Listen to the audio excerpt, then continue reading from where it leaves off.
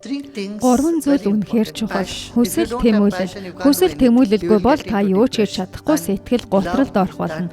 Хайр хүсэл тэмүүллийг чиглүүлдэг. Аливаа зүйлсийг, хүмүүсийг юу ч вэ хайрлах хайр таныг чиглүүлж хөтлөх болно. Мөн илүү сэтгэл ханамжийг бий болгодог.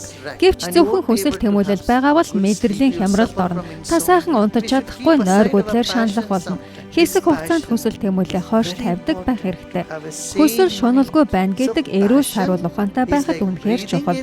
Хүснэ гэдэг амьсгал авах шиг, хүсэл шуналгүй байна гэдэг амьсгалаа гаргах шиг. Энэ хоёрын дунд бидэнд энэрх сэтгэл хэрэгтэй. Өөрийгөө ч, өрөөлийгч энэрх. Сэтгэл чинь дахиад эдье гэхэд гэз чинь үгүй гин. Энэ үед гэзээ сонсох хэрэгтэй. Дотоод эрхтнүүдээ хит ачаалж болохгүй. Бид өөрийн бие махбоддоо энэрэнгүй ханддаггүй. Бид гэзнээсээ илүү сэтгэлээ, амтлах мэдрэхүүгээ хилээл сонсдог. Бид өөрсдөө энэрэнгүй байх хэрэгтэй.